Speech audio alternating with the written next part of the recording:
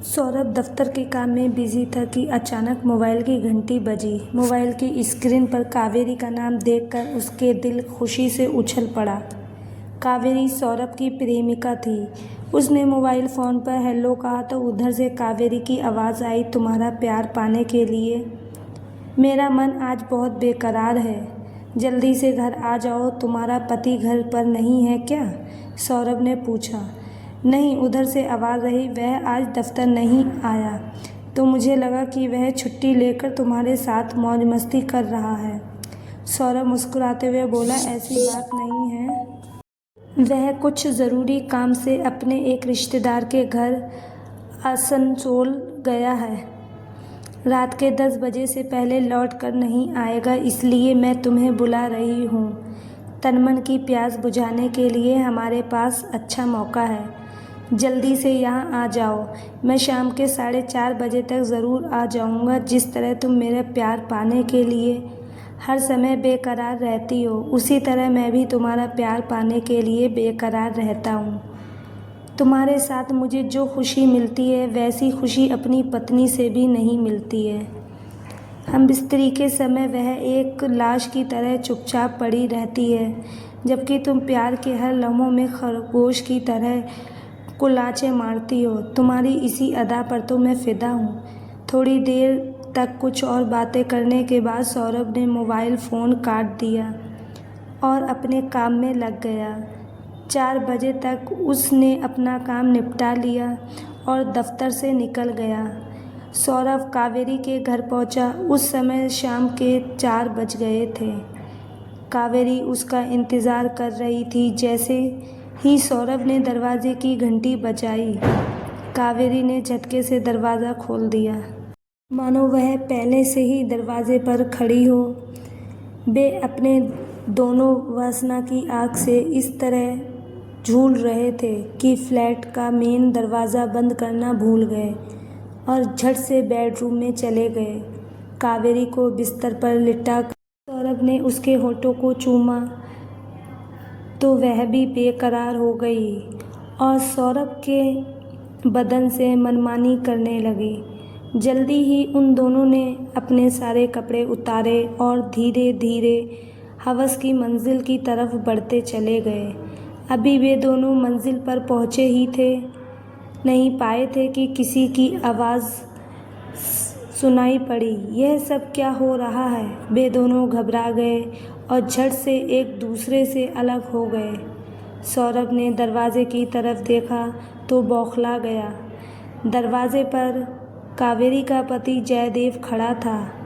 उसकी आंखों से अंगारे बरस रहे थे। उन दोनों को इस बात का एहसास हुआ कि उन्होंने मेन दरवाज़ा बंद नहीं किया था। कावेरी ने झट से पलंग के किनारे रखे अपने कपड़े उठा लिए। सौरभ ने भी अपने कपड़े उठाए, मगर जयदेव ने उन्हें पहनने नहीं दिया। जयदेव उनको गंदी गंदी गालियाँ देते गया। बोला, मैं चुप रहने वालों में से नहीं हूँ। अभी मैं आस पड़ोस के लोगों को बुलाता हूँ। कावेरी ने जयदेव के पैर पकड़ लिए। उसने गिड़गिड़ाते हुए कहा, प्लीज़ मुझे माफ़ कर दीजिए। अब ऐसी गलती कभी नहीं करूँगी। मैं तुम्हें हरगिज़ माफ़ नहीं कर सकता। तुम तो कहती थी कि मैं कभी किसी पराये मर्द को अपना बदन छूने नहीं दूँगी। फिर अभी सौरभ के साथ क्या कर रही थी? कावेरी कुछ कहती उससे पहले जयदेव ने सौरभ से कहा, तुम तो अपने आप को मेरा अच्छा दोस्त बताते थे। यही है तुम्हारी दोस्ती? पत्नी के साथ रंगलियां मनाते हो और दोस्त को हम दम भरते हो। मैं तुम्हें कभी माफ़ नहीं करूँगा। फ़ोन करके मैं तुम्हारी पत्नी को बुलाता हूँ। उसे भी तो पता चले कि उसका पति कितना घटिया है। दूसरों की पत्नी के साथ हम बिस्तरी करता है। प्लीज़ मुझे माफ़ कर दो। मेरी पत्नी को कावेरी के बारे में पता चल जाएगा तो वह मुझे छोड़कर चली जाएगी। मैं कसम खाता हूँ कि अब कभी कावेरी से संबंध नहीं बनाऊँगा। सौरभ ने गिड़गिड़ाते हुए कहा। सौरभ के गिड़गिड़ाने का जयदेव पर कोई असर नहीं हुआ। उसने सौरभ से कहा, मैं तुम दोनों को कभी माफ़ नहीं कर सकता। हम दोनों की करतूत जाहिर करने के बाद आज ही कावेरी को घर से निकाल दूंगा। उसके बाद तुम्हारी जो मर्ज़ी हो वह करना। कावेरी से संबंध रखना या ना रखना उससे मुझे कोई लेना देना नहीं। जयदेव चुप हो गया तो उसे कावेरी फिर गिड़गिड़ा कर उससे माफ़ी मांगने लगी। सौरभ ने भी ऐसा ही किया। जयदेव के पैर पकड़कर उससे माफ़ी मांगते हुए कहा कि अगर वह मुझे माफ़ नहीं करेगा तो उसके पास खुदकुशी करने के अलावा और कोई रास्ता नहीं रह जाएगा, क्योंकि वह अपनी पत्नी की नज़रों में गिर कर नहीं जी पाएगा। आखिरकार जयदेव पिघल गया। उसने सौरभ से कहा, मैं तुम्हें माफ़ तो नहीं कर सकता, मगर ज़बान बंद रखने के लिए तुम्हें 3 लाख रुपए देने होंगे। 3 लाख रुपए? यह सुनकर सौरभ की घिनकनी बंध गई। उसका सिर भी घूमने लगा।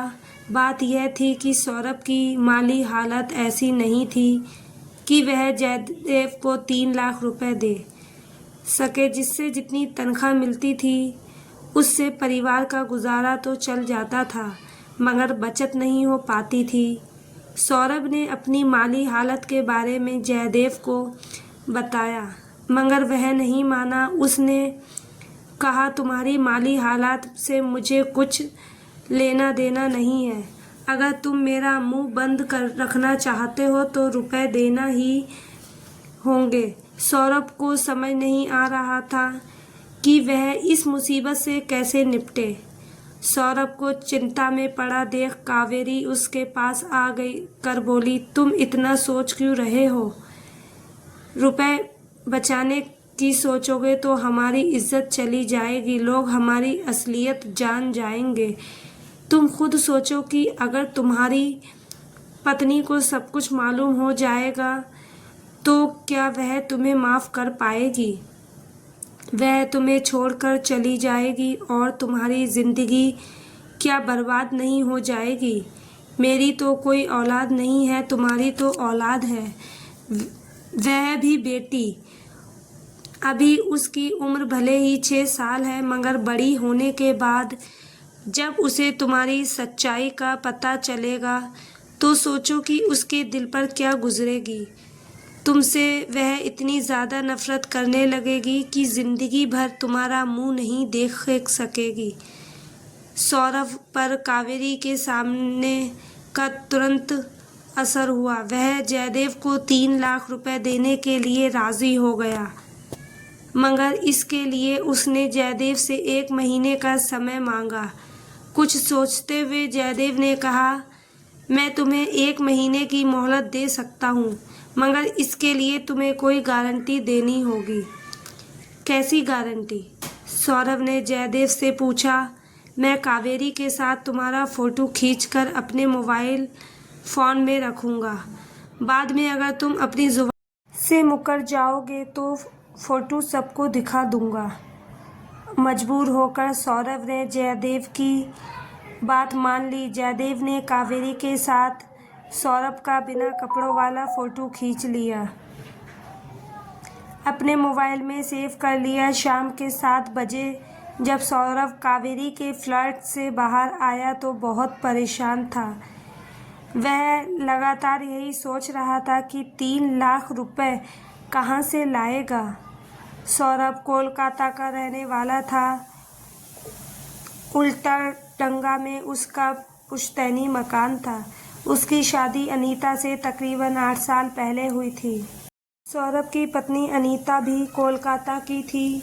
अनीता जब बीए के दूसरे साल में थी तभी उसके माता पिता ने उसकी शादी सौरभ से कर दी थी। सौरभ ने उसकी पढ़ाई छुड़ाकर उसके घर के कामों में लगा दिया। अनीता भी आगे नहीं पढ़ना चाहती थी, इसीलिए तनमन से घर संभालने में जुट गई थी। शादी के समय सौरभ के माता पिता जिंदा थे, मगर 2 साल के भीतर उन दोनों की मौत हो गई थी। तब से अनीता ने घर की पूरी जिम्मेदारी संभाल ली थी। मगर शादी के 5 साल बाद अचानक सौरभ ने अपना मन अनीता से हटा लिया था और वह मनचाही लड़की की तलाश में लगा रह गया था। बात यह थी कि एक दिन सौरभ ने अपने दोस्तों के घर ब्लू फिल्म देखी थी। उसके बाद उसका मन बहक गया था। ब्लू फिल्म की तरह उसने भी मज़ा लेने की सोची थी। उसी दिन से दोस्तों से ब्लू फिल्म की सीडी लेकर सौरभ घर आया। बेटी जब सो गई तो टेलीविज़न पर उसने अनीता को फिल्म दिखाना शुरू किया। कुछ देर बाद अनीता समझ गई कि यह कितनी गंदी फिल्म है। फिल्म बंद करके वह सौरभ से बोली, आपको ऐसी गंदी फिल्में देखने की लत किसने लगवाई? मैंने ये फिल्म आज पहली बार देखी है, मुझे अच्छी लगी, इसीलिए तुम्हें दिखाई है कि फिल्म में लड़की ने अपने मर्द साथी के साथ जिस तरह की हरकतें की हैं, उसी तरह की हरकतें तुम मेरे साथ करो। मुझसे ऐसा नहीं होगा। मैं ऐसा करने से पहले ही शर्म से मर जाऊंगी।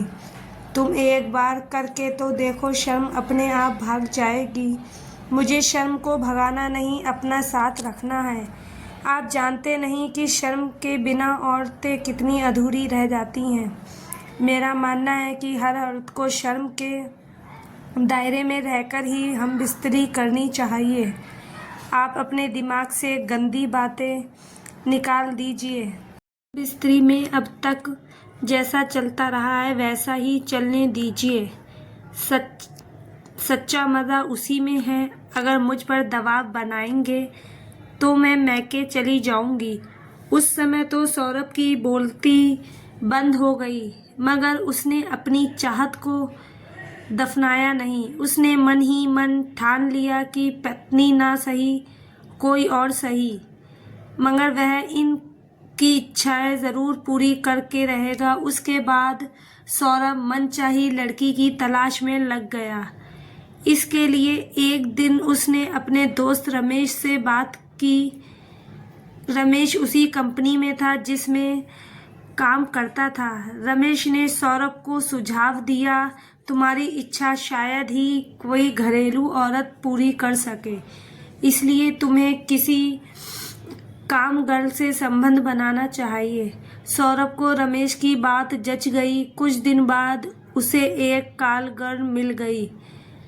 एक दिन सौरभ रात के 9 बजे कॉल गर्ल के साथ होटल में गया। वह कॉल गर्ल के साथ मनचाहा करता उसके पहले ही होटल पर पुलिस का छापा पड़ गया। सौरभ गिरफ्तारी से बच न सका। सौरभ ने पत्नी को बताया था कि एक दोस्त के घर पार्टी रात भर चलेगी, इसीलिए वह अगले दिन सुबह ही घर आ जाएगा या वहीं से दफ्तर चला जाएगा। इसी वजह से पत्नी की तरफ से वह बेखौफ था। गिरफ्तारी की बात सौरभ ने फ़ोन पर रमेश से कही तो अगले दिन उसने जमानत पर उसे छुड़वा लिया। सौरभ को लगा था कि उसकी गिरफ्तारी की बात कोर्ट जान नहीं पाएगा, मगर ऐसा नहीं हुआ। न जाने कैसे धीरे धीरे दफ्तर के सारे लोगों को इस बात का पता चल गया। शर्मिंदगी से सौरभ कुछ दिनों तक अपने दोस्तों से नज़रें नहीं मिला पाया, लेकिन 2-3 महीने बाद वह सामान्य हो गया। इसमें उसके एक दोस्त जयदेव ने मदद की थी। जयदेव 6 महीने पहले ही पटना से तबादला होकर यहाँ आया था। कॉल गर्ल मामले में सौरभ दफ्तर में बदनाम हो गया था तो जयदेव ने ही उसे टूटने से बचाया था। एक दिन जयदेव उसे अकेले में ले गया और तरह तरह से समझाया तो उसने अपने दोस्त से मुकाबला करने की हिम्मत जुटा ली। अब दफ्तर में सारे दोस्त सौरभ से पहले की तरह अच्छा बर्ताव करने लगे तो सौरभ ने जयदेव की खूब तारीफ की और उससे दोस्ती कर ली। दोस्ती के 6 महीने बीत गए तो एक दिन जयदेव सौरभ को अपने घर ले आया। जयदेव की पत्नी कावेरी को सौरभ ले देखा तो उसकी खूबसूरती पर लट्टू हो गया। कुछ देर तक कावेरी से बात करने पर सौरभ ने महसूस किया कि वह जितनी खूबसूरत है उससे ज़्यादा खुले विचार की है। सौरभ जयदेव के घर से जाने लगा तो कावेरी उसे दरवाजे पर छोड़ने आई।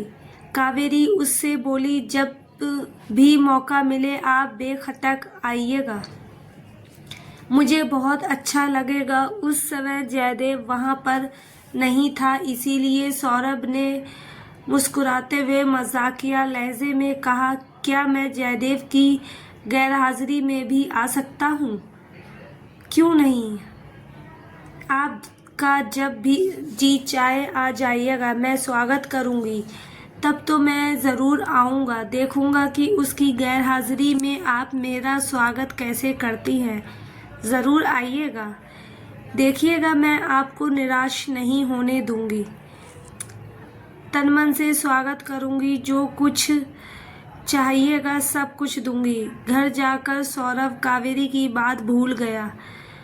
भूलता क्यों नहीं, उसकी बात को उसने मजाक जो समझ लिया था। एक हफ्ते बाद जयदेव के कहने पर सौरभ उसके घर फिर गया। मौका पाकर कावेरी ने उससे कहा, आप तो अपने दोस्त की गैरहाजिरी में आने वाले थे, मैं इंतज़ार कर रही थी, आप आए क्यों नहीं? कहीं आप मुझसे डर तो नहीं गए?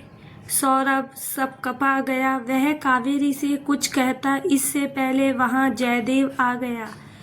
फिर तो चाहे कर भी वह कुछ कह ना सका। उसके बाद सौरभ ये सोचने पर मजबूर हो गया कि कहीं कावेरी उसे चाहती तो नहीं है।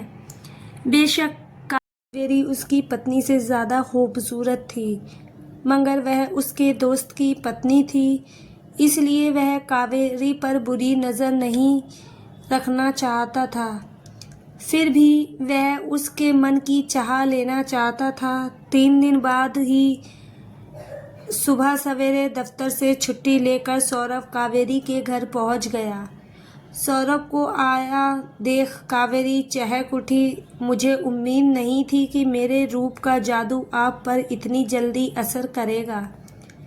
सौरभ ने भी झट से कह दिया, आपका जादू मुझ पर चल गया है, तभी तो मैं दोस्त की गैरहाजिरी में आया हूँ। आपने बहुत अच्छा किया। देखिएगा, मैं आपको निराश नहीं करूँगी। मैं जानती हूँ कि आप अपनी पत्नी से खुश नहीं हैं, वरना कारीगर के पास जाते ही क्यों। मैं आपको वह सब कुछ दे सकती हूँ जो आप अपनी पत्नी से नहीं मिला। सौरभ हैरान रह गया। उसने कभी नहीं सोचा कि कोई औरत इस तरह खुलकर अपने दिल की बात किसी मर्द से कह सकती है। सौरभ कावेरी से कुछ कहता उससे पहले ही वह बोली, आप मुझे बेहया समझ रहे होंगे, मगर ऐसी बात नहीं है। बात यह है कि मैं आपको अपना दिल दे बैठी हूँ। दरअसल जिस तरह आप अपनी पत्नी से संतुष्ट नहीं हैं, उसी तरह मैं भी अपने पति से संतुष्ट नहीं हूँ। जब मैं अपने आप को देखा तो ना जाने क्यों मुझे लगा कि आप मेरी ज़िंदगी में आ जाएंगे तो मेरी प्यास भी बुझ जाएगी। कावेरी को सौरभ ने बुरी नज़र से कभी नहीं देखा था, मगर कावेरी ने जब उसे अपने दिल की बात कही तो उस लगा कि उससे संबंध बनाने में कोई बुराई नहीं है। उसके बाद सौरभ ने अपने आप को आगे बढ़ाने से रोका नहीं। झट से उसने कावेरी को बाहों में भर लिया, उसके होठों और गालों की चूम लिया। कावेरी ने कोई विरोध नहीं किया। कुछ देर बाद वह बोली, आप बेडरूम में चलिए, मैं दरवाज़ा बंद करके आती हूँ। सौरभ बेडरूम में चला गया, दरवाज़ा बंद कर दिया। कावेरी बेडरूम में आई तो सौरभ ने बगैर देर किए उसे बाहों में भर लिया। उसके बाद दोनों अपनी अपनी हरकतों को पूरा करने में लग गए। सौरभ जैसा चाहता था कावेरी ने ठीक उसी तरह से उसकी हवस को शांत किया। सौरभ ने कावेरी की तरफ करते हुए कहा, मुझे आपसे जो प्यार मिला है वह मैं कभी नहीं भूल सकता। यही हाल मेरा भी है सौरभ जी। मेरी शादी हुए 5 साल बीत गए हैं। देखने में मेरे पति हट्टे कट्टे भी हैं, मगर उनसे मैं कभी संतुष्ट नहीं हुई।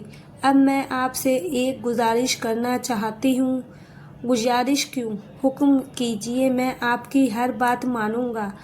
कहते हुए सौरभ ने कावेरी के होठों को चूम लिया। आप शादीशुदा हैं, मैं भी शादीशुदा हूँ। हम चाह कर भी कभी एक दूसरे से शादी नहीं कर सकते, लेकिन मैं चाहती हूँ कि हम दोनों का संबंध जिंदगी भर बना रहे। हम दोनों कभी जुदा ना हो। क्या ऐसा हो सकता है? कावेरी ने जैसे उसके दिल की बात कह दी हो, इसीलिए झट से उसने कहा, क्यों नहीं हो सकता? मैं भी तो यही चाहता हूँ। उस दिन के बाद जब भी मौका मिलता सौरभ दफ्तर न जाकर कावेरी के घर चला जाता था। इस तरह 4 महीने बीत गए। इस बीच सौरभ ने 7-8 बार कावेरी से की। हर बार कावेरी ने उसे पहले से ज़्यादा मस्ती दी। सौरभ ने यह मान लिया था कि कावेरी के साथ उसका संबंध जिंदगी भर चलेगा।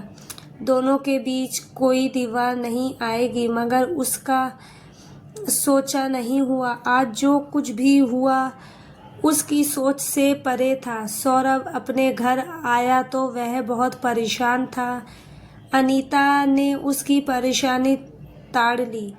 अनीता ने उससे पूछ लिया, क्या बात है? आप बहुत परेशान दिखाई दे रहे हैं। सौरभ ने बहाना बना दिया, परेशान नहीं हूँ, थका हुआ हूँ।